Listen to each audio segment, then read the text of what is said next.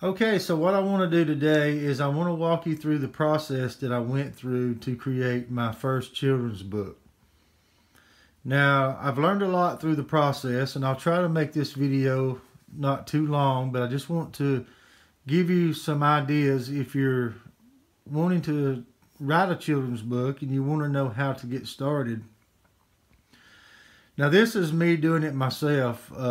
You know, I draw a little bit. I always have. I'm not the best artist in the world sometimes when it comes to creating characters and things like that. I'm more of a landscape, nature type artist. But I try to draw anything and everything.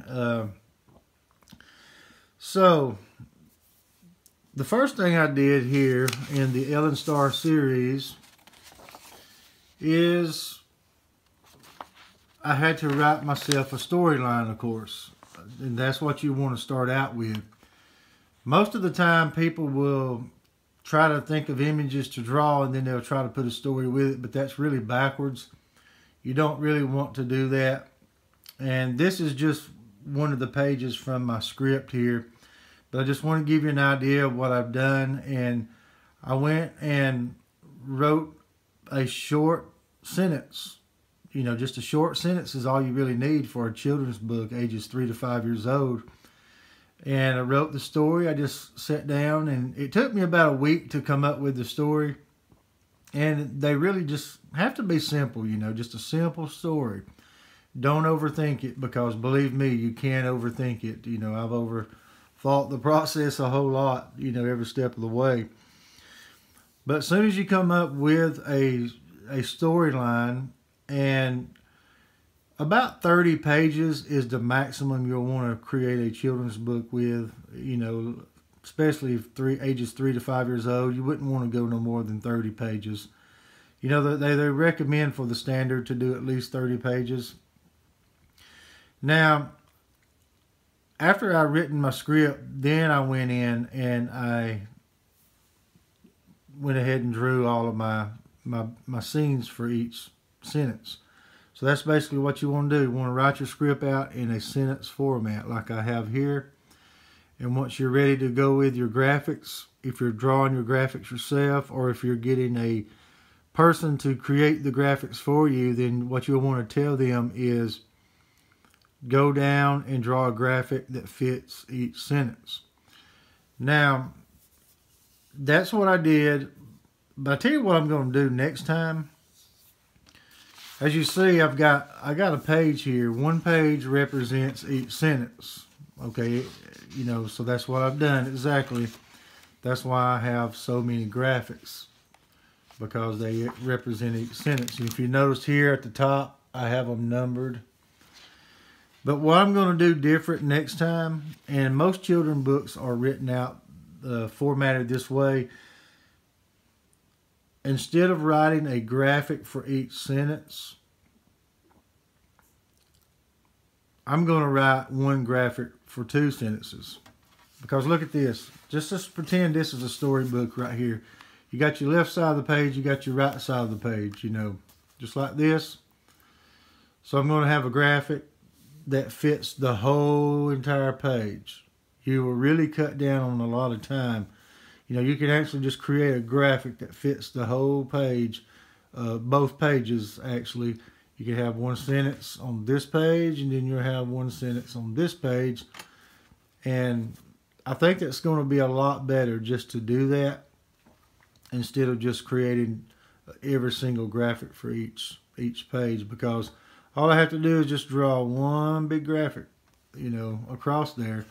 I mean, there's not a wrong way. It's not a bad way of doing it the way I did it, but, you know, it's really time consuming. So if you want to cut down on time, it might be a good idea to just draw one huge graphic that's going to cover 2 pages. And you'll see a lot of books that are laid out that way. Alright, so after I did the script here, and I went by each sentence by the script, and I drew out my characters, or my scenes, what I did next was I had to have a way to make my character look the same.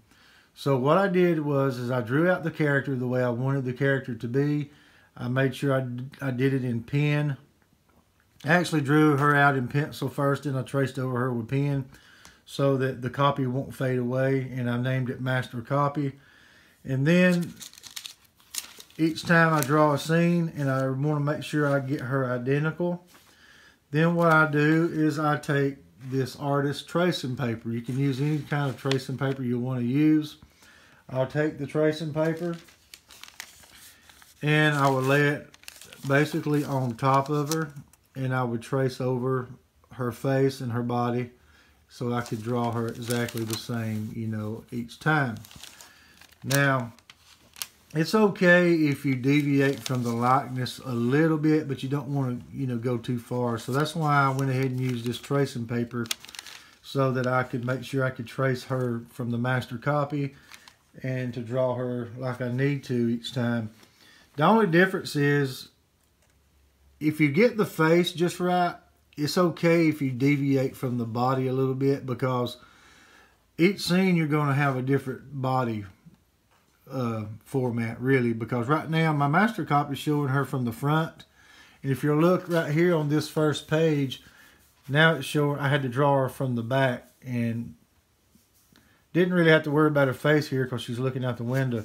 But let me show you another scene here. For example, she's standing by her bed right here. I made sure I traced the face, and when right here's another example. I traced her face, just the outline of her face and her hair, so all that would look like my template. But I knew I was going to have to open her mouth a little bit and put a toothbrush in her mouth like she's brushing her teeth. So, you know, just things like that's what I'm talking about, is you're going to deviate from the posture. And notice my master copy on this one, her mouth is just a smile and she's got regular clothes on. Well, I had to alter that a little bit. I did the hair again, I did her eyes, but I had to make her smile, so I opened her mouth up a little bit, and I had to put a bathing suit on her, so I had to modify the body just a little bit. But that's okay, you know, as long as you get, you know, the hair and the style all the time, you know, just the same as much as you can, then you're going to make her consistent throughout the book.